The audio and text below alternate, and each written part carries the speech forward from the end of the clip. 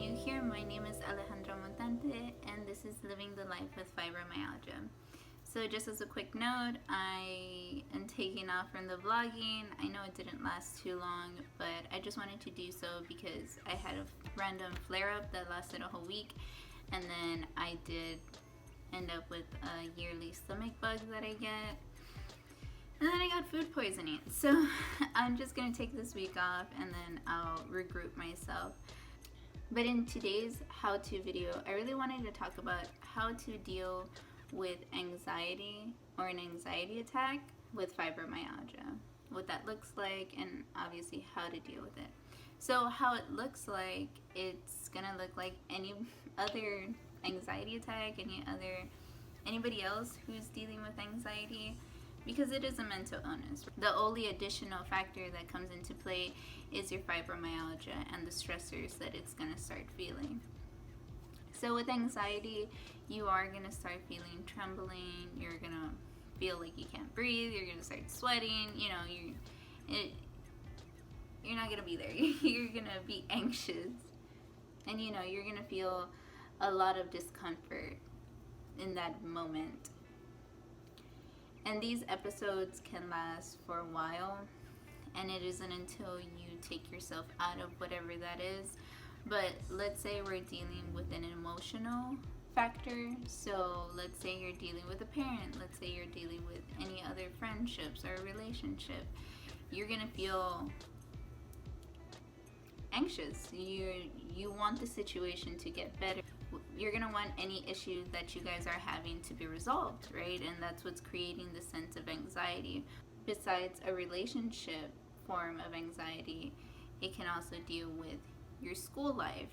You're gonna have to turn in papers, exams are coming up, like all of these factors, and you're gonna feel so anxious and additionally overwhelmed. So when you start having like an anxiety attack, you're gonna feel shaky, you're gonna start feeling sweaty, you feel like you can't breathe, and you're just gonna stand still. And maybe standing still isn't your thing. Maybe you're just gonna get out of the situation. Maybe you're just gonna want to drop whatever it is, because that's what happens whenever you do have anxiety. Just as an example, for the past 2 days I've been having little forms of anxiety and I've been trembling. And the other day, I'm gonna get a little personal, I did start feeling very bad towards myself because my body again felt so heavy, and I didn't feel okay again, and it's been my second week and it's just so frustrating. So I had a very emotional moment for myself. I just really wanted to hate myself. I felt so tired, and my body started shaking, and I felt it coming. So I laid there in the scorching hot showers that I take, and I was just like, Alex, it's okay. You feel awful. You feel these things and they're valid, but they're just frustration. They aren't you. That's my first point. Validate your emotions.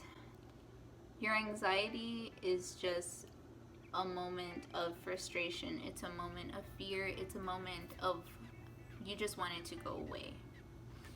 And how to counter that is by telling yourself otherwise. Please, please don't ignore how you're feeling, but validate them. Start thinking about reasons why they came up. Think about it, and I know that's going to cause a sense of anxiety, a sense of anger, again, a sense of frustration. But we have to get to the point, okay, what is this big thing that's making my body feel that way? I have to think about that, and I have to validate those emotions.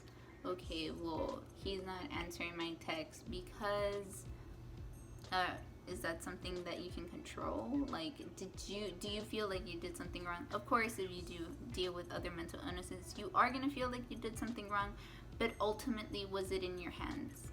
And that's the thing. Was it in your hands? No? Okay. Your feelings of feeling worthless are valid because of your mental health, but not because of the other person or school. Is it because it's overwhelming? Yes, that we are in a university, we are in high school, we are in whatever stage of education you are in your life. But is it my fault for getting that bad grade? Okay, how? Like, you're just gonna have to start making a web of what that looks like. And again, validate those emotions, because they are worthy. They're your feelings, they're your emotions, and that's okay to feel that way. Whatever it is, anger, frustration, your feelings are valid. For physical pain, if you already know yourself, do something about it. If you know that your mental health right now is having an episode, please always know the plan. So when I say the plan, what can you do before your body starts hurting? So your body starts trembling, right? And when I brought up that I was in a scorching hot shower, that eliminates momentarily a feeling of pain in my body. And it's not full blown. Usually I have full blown inflammations whenever I'm triggered with something, but at that moment it was more of just anxiety. So I decided to take a hot shower to calm down any physical pain that I might have. I didn't have any pain prior to me having that anxious moment in the shower. I just knew, okay, I'm having these negative thoughts, let's get into the shower. When I had my anxiety attack, I was home, so I was able to do what it is that I needed to do. But let's say you're at school, you're at work. At work, it's much more difficult, but easily you could go to the bathroom. Or I know it's very hard for anybody to admit that they're having a moment. If you don't want to say it, just please go to the bathroom. Escape wherever you are, because your anxiety is gonna overwhelm you. So you don't have a shower, you can't really rest for too long. And so let's say it's your hands that your pain goes to the most. Your feet are a no-brainer whenever you're at work, but you can do something about your hand to eliminate some pain that you might be experiencing. So what I love to do immediately when I know that I'm having these episodes and my hands or parts are just gonna start hurting, I typically start running the water in hot and let it steam up. Again, it does sting my hands, but it really relieves some pain. So I start doing that, and you can start using paper towels if they're available. And if there's no paper towels, this one's gonna sound weird, but you can start using the hand dryer thing, and you can start putting your body parts wherever it is. And again, if you know that something is going to happen to your body, just immediately go to that and just have a moment, start breathing in and out, and try to calm it down. Alright, so I said breathing in and out. Breathing in and out is so important when you're dealing with both, so mental health and even your fibromyalgia flare-ups. So sometimes I do have very intense flare-ups that I start breathing in and out, because it feels so much like a cut, it feels so much like a physical laceration that you don't know how to take it away, so you just start breathing in and out, so it can feel like you're releasing some pain along with it, right? And just to calm your mind, your body down, and just to feel and eventually get to a very balanced state where you're not so much in pain. Obviously, for your mental health, the anxiety that's setting in, breathing in and out helps a lot, because it can lead to you hyperventilating if you're not trying to control it at that moment. It could escalate to a panic attack. It does get more intense than it needs to be. My body will stiffen up because that's one thing that it does with the anxiety attack. And I will start making my hands into fists. My legs will stiff out. I will become stiff. And that hurts once I get out of that. And especially if you're going to be in a working environment, if you're going to be at school, if you're going to be out and about, it's harder. It really is harder, and you're not going to want to get to that stage. Let's say you're grocery shopping and you start hyperventilating. Go back to your car, please. If you can escape, do, and I completely understand that, because we can walk it out. I usually did, just because of my PTSD, and I was trying to get myself exposed to that type of environment. I was testing myself out, and I really wanted myself to trust that I can be in these environments without feeling a form of triggers. Just go to your car. If you do need to go do groceries, just go to your car, breathe in and out, calm down, listen to music, listen to some depressing music or some lighthearted music, whatever you're into, and really just think about the whole situation, like I had said as for our first point.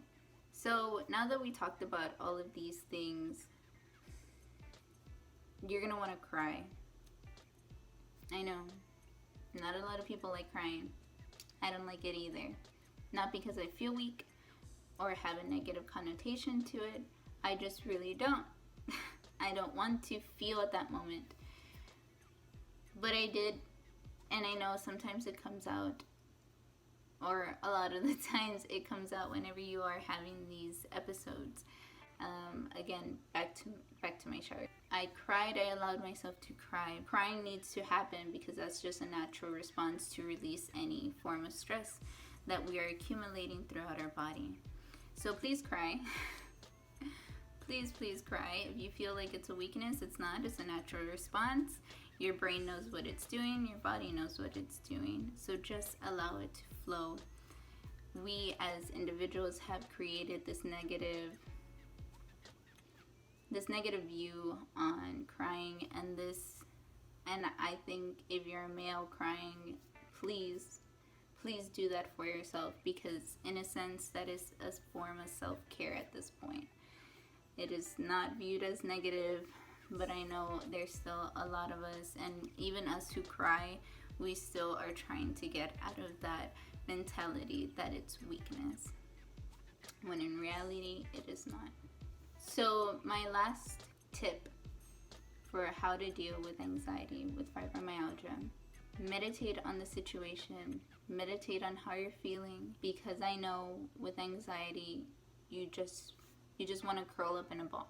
Allow yourself to curl up in a ball, but use this time to truly reflect and truly understand everything that you're feeling, from the valid feelings that you were thinking that you were overreacting for, or you felt like you should punish yourself for these feelings, any negative connotations to anything that you're feeling creates anxiety. That is the anxiety, that is the fear, right? The unknown.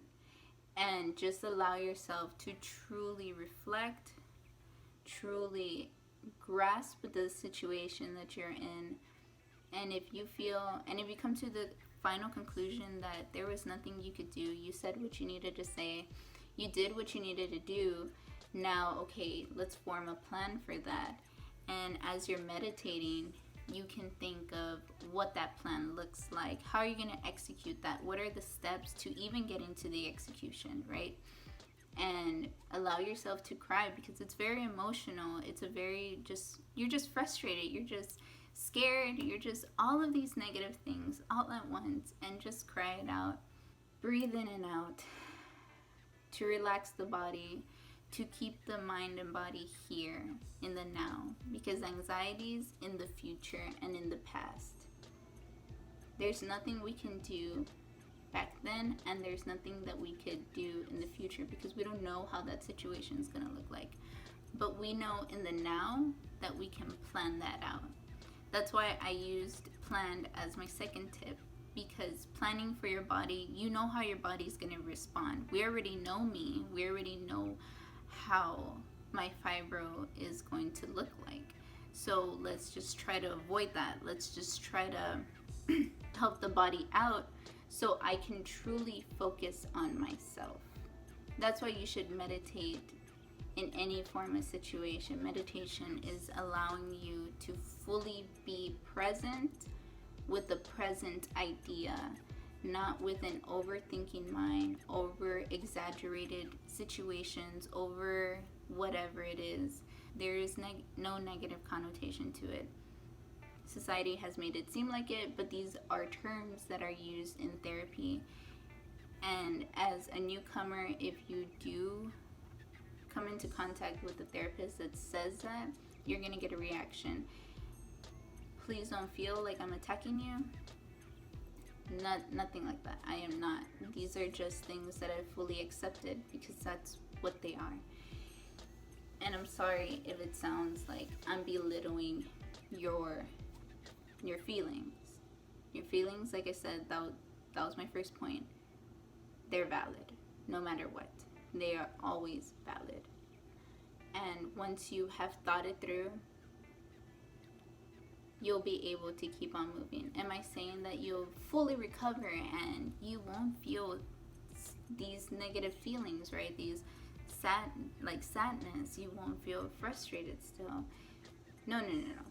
But it's gonna cut it in half, or it's gonna cut it more than half. And that's the goal. So you don't be at 100. You're gonna be at 70. You're gonna be at 50. You're gonna be at 20. Because right after my shower, I didn't feel completely happy, but my body wasn't shaking anymore. And that makes me so happy when I'm not at that state anymore. So I hope you're able to do these tips. I hope that you're able to remember this video and just watch it if you are having a moment. I know there's a lot of gibberish, a lot of going on and on about stuff or preachy or whatever, but these are just tips and tricks that I do whenever I am having a moment. And that's what I have been doing for the past couple of days, and they haven't gotten as bad as before. So please reach out in the comment section. Reach out to me. I will look at your comments. I will reply. If you are having a moment of difficulty, if it is more intense than obviously somebody else can handle, not say I can't handle it, but please look out for help. I will put out in the description box any hotlines that you can reach out to. Please just look for help, and I hope you have a wonderful day. You are worth it.